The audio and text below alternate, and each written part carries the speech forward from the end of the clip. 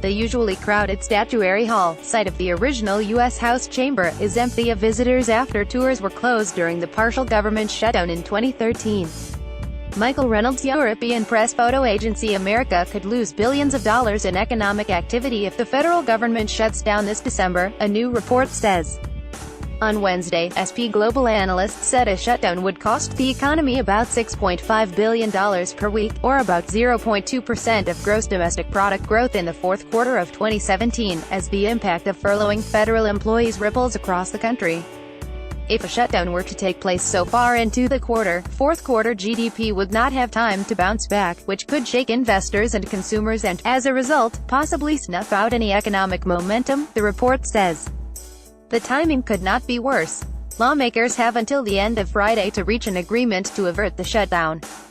The House is slated to vote Thursday on a short-term deal to keep the government open while a longer spending agreement is negotiated, but the risk of shutdown looms. On Wednesday, the White House encouraged Congress to pass a 12-week temporary spending measure that would keep the government funded through Dec. 22. But President Trump acknowledged that a shutdown could happen.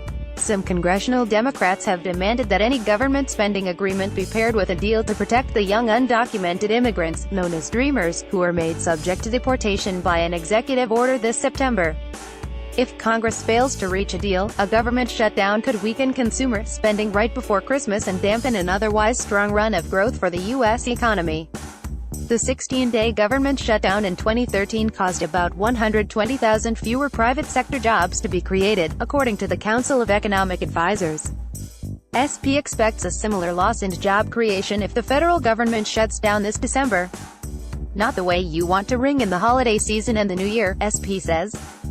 Although the government would stop paying federal workers, SP predicts a shutdown would increase the deficit because of the added cost required to stop and start federal programs. The last three government shutdowns, two during President Bill Clinton's administration and a third under President Barack Obama in 2013, cost the federal government $4.25 billion, according to the Office of Management and Budget.